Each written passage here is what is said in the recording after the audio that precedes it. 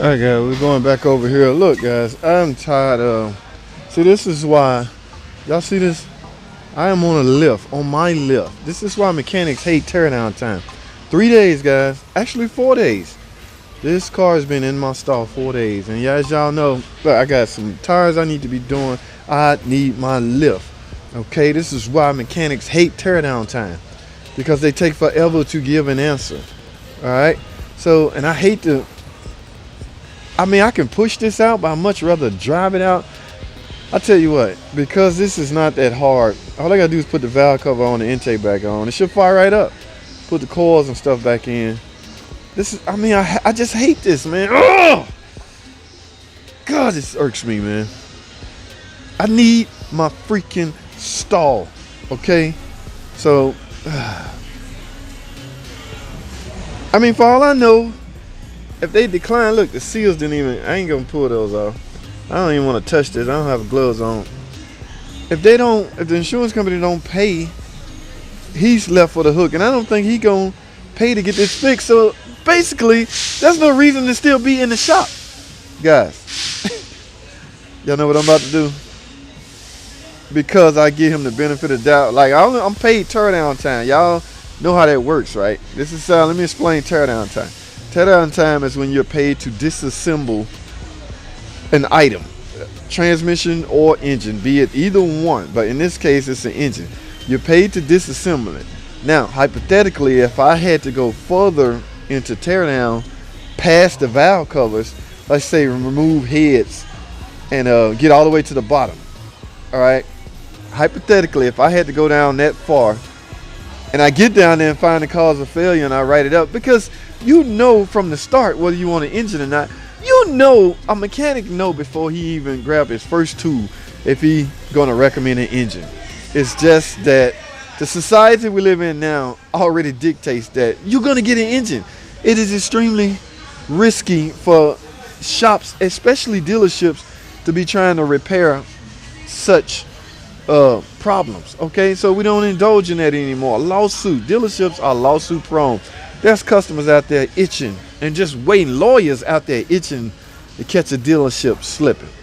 Okay, now don't get me wrong, dealerships employ some of the top lawyers in the country. So from that standpoint, do not get it twisted, guys. Don't think you're just gonna go ahead and push your dealership around. No.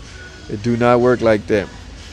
So we already know whether we're gonna write up an engine. But let me finish my explanation of teardown time from my perspective. Once we tear it down, write up the estimate. Sure, you have an option to say yes or no.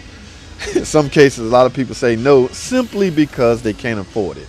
I understand that. I get that. I'm sorry for those such people.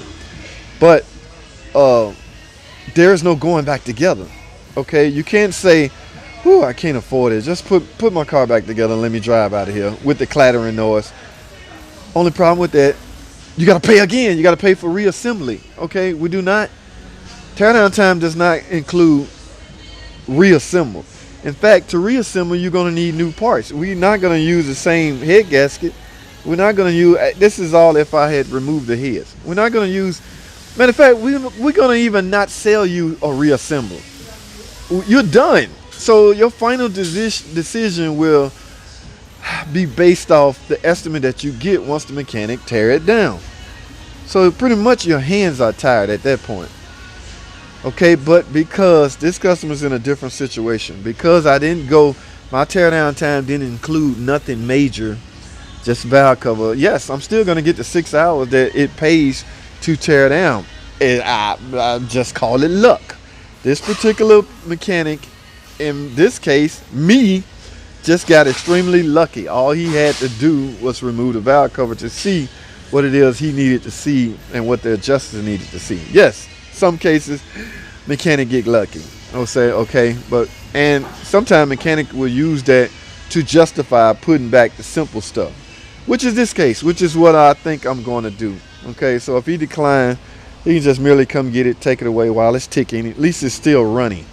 Okay, as opposed to we pile all his stuff up. We had the heads up. We put it all in the trunk. We push it outside.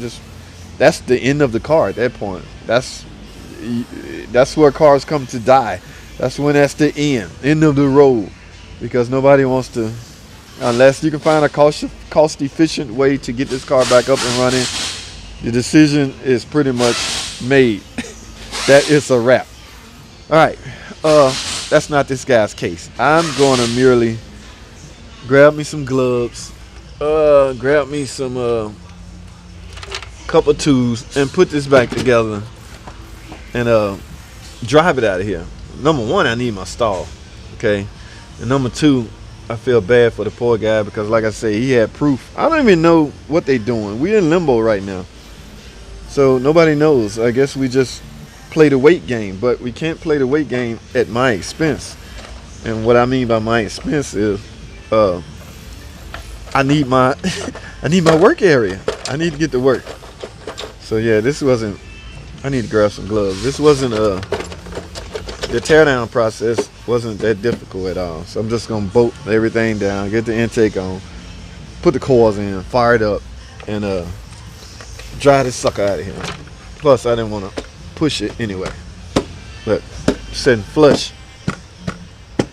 Now flush on it. So bzz, bzz, bzz, bzz.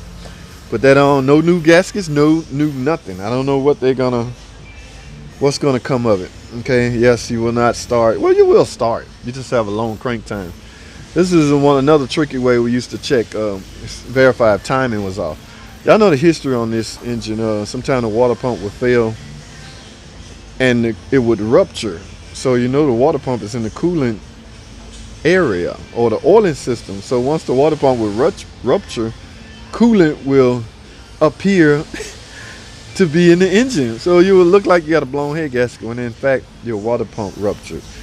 Now they have since redesigned the water pump. It's stronger and thicker. So they eliminated that problem by redesigning the water pump. But to do a water pump, it's in the timing area, so all the valve covers I've done quite a few of those, so it's not deep at all. It's just, I don't even think we're allowed to do that because it involves going into the engine, and my manager, owners don't want us doing anything to these cars, and that's a shame because it's not an old car or old engine, and a lot may have to play on the mileage, guys. A lot depends on the mileage.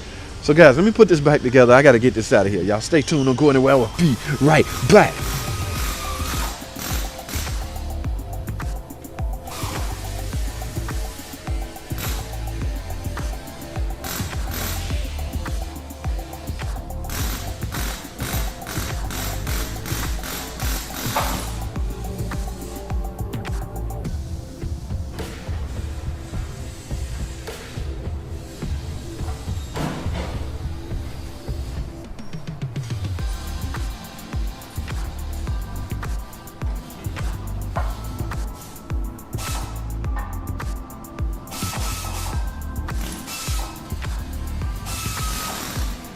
All right, guys, I got it back together.